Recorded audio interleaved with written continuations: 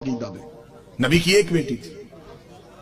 अगर बेटियां चार थीं मुबाहले में एक क्यों गई?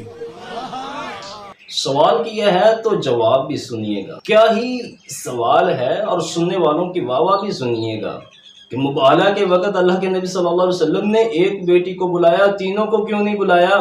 बेटी ही एक थी। किस कदर जहालत पर मबनी है ये बात। मुबाला का वाक़या होता है सन 9 हिजरी में, सन 9 हिजरी के आखिर में, और उस वक़्त अल्लाह के नबी सल्लल्लाहु अलैहि वसल्लम की सिर्फ एक बेटी हयात थी, सैयदा फातिमा ज़हरा रज़ियल्लाहु तआला अन्हा। इसलिए उन्हें अल्लाह के नबी सल्लल्लाहु अलैहि वसल्लम ने बुलाया था, दीगर बेटियों को नहीं बुलाया था। जो बेटियां वफ़ात पा चुकी हैं उनको कैसे मुबाला के वाक़या में बुला लेते।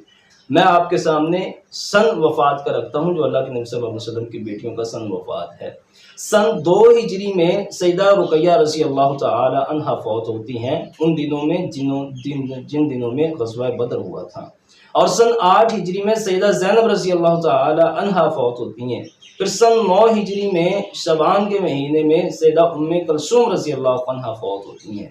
और सैयदा उम्मे कुलसूम रज़ियल्लाहु अन्हा की वफ़ात के चंद माह बाद सन 9 हिजरी में मुबाहला का वाक़या हुआ था।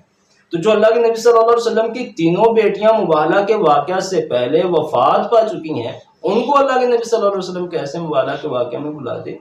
किस कदर जाहिल लोग हैं स्टेज पर खड़े बयान करने वाले, और फिर उसी तरह के उनको सुनने वाले हैं, वो भी सुनकर वाह वाह सुभान अल्लाह माशाअल्लाह नारे लगा रहे हैं।